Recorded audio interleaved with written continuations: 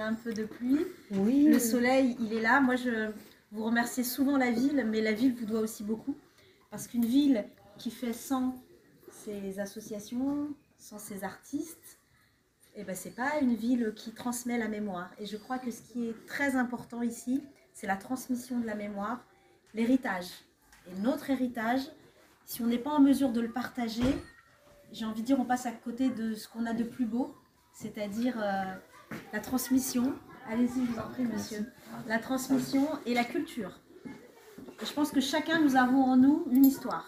Il y a beaucoup de gens qui ne savent pas qu'ils ont une histoire à partager, à écrire. Mais tout le monde, à un moment donné, quand on avance dans l'âge, on se rappelle, en fin de compte, on réfléchit, on se pose, et on se dit, ben, en fait, j'ai une histoire à raconter. On devrait tous et toutes, réfléchir à l'histoire qu'on a à raconter, à transmettre à nos enfants ou pas. Mais en tout cas, si on n'a pas quelque chose à raconter, enfin moi j'y crois pas. J'y crois pas. C'est juste que chacun a besoin de son temps, de son histoire. Et ce que vous nous apportez aujourd'hui ici à l'avant-scène, c'est ce dont on a besoin, c'est des histoires. Que les habitants racontent leur histoire. Et moi je suis très contente parce que j'ai fait une belle rencontre avec Anitra. Et parce que vous allez travailler aussi avec nous sur le mois de l'égalité femmes-hommes. Et ça aussi, c'est extrêmement important. C'est une autre manière d'être en partenariat. Donc, merci à vous. Merci beaucoup.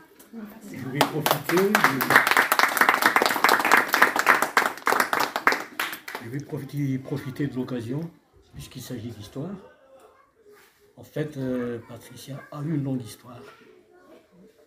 Depuis sa connaissance avec mon père, elle s'est donné le pari de s'occuper autant qu'elle puisse de toutes ses œuvres. Elle a commencé par faire éditer par la banque BNI Madagascar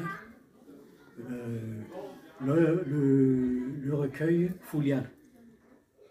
C'est un joli recueil. Édition de luxe. Édition de luxe. Limité et numéroté. Oui.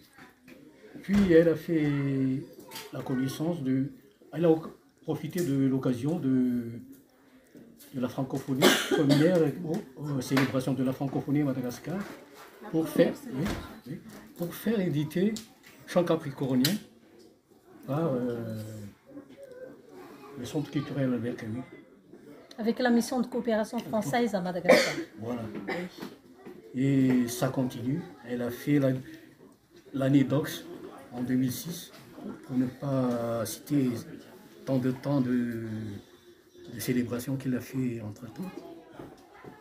L'année d'Ox, l'année tout entière en 2006. Elle a fait avec Antouni, tout ça.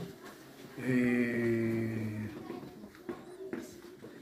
la célébration du centenaire de Dox en 2013.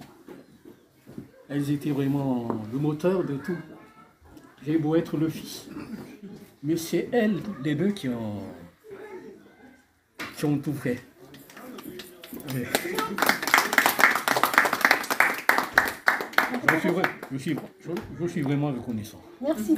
C'est important de dire les choses, hein. Même si ça va de soi.